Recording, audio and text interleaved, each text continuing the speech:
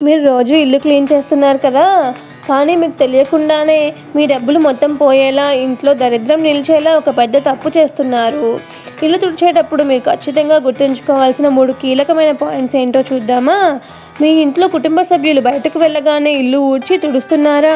ఇలా అస్సలు చేయకండి. ఇది అస్సలు శుభసూచకం కాదు. మరెప్పుడు తుడవాలి అంటే పొద్దున్నే లేవగానే ఫస్ట్ పనిగా ఇల్లు క్లీన్ చేసుకుంటే చాలా మంచిది. లేదా ఎప్పుడైనా కుదరకపోతే సాయంత్రం వేళల్లో అయినా సరే క్లీన్ చేసుకోవచ్చు.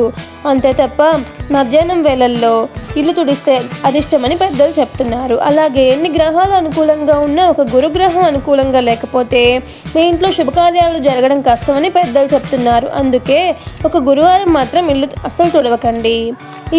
మీ గురువారం తుడుచుకుంటే మీ జాతకంలో గురుబలం తగ్గిపోతుందంట, చెడు ఫలితాలు వస్తాయని శాస్త్రం చెప్తుంది. మీ ఇంట్లో నెగటివ్ ఎనర్జీ ఉందా? భార్యాభర్తల మధ్య ఎక్కువ గొడవలు అవుతున్నాయా? ఒక చిన్న పరిష్కారం పాటించండి. రెమెడీ ఏంటంటే ఇల్లు తుడిచే నీళ్ళల్లో కొంచెం కల్లుప్పు వేయండి. ఉప్పు నీటితో ఇల్లు తుడవడం వల్ల మీ ఇంట్లో దోషాలు పోతాయి. అలాగే సైన్స్ కూడా ఉప్పు నీటితో ఇల్లు తుడవడం చాలా మంచిదని చెప్తుంది. అలాగే పగిలిన బకెట్లను వాడకండి. ఇల్లు తుడిచిన నీటిని ఇంకా బట్టలు ఉతికిన నీటిని మీ బకెట్ గుమ్మంలో అస్సలు పోయకండి. ఇది అస్సలు మంచిది కాదు. ఆరోగ్యానికి హానికరం, ఆర్థికంగా కూడా చాలా నష్టం తెస్తుంది. ఇలా చిన్న మార్పులు పాటించుకోండి.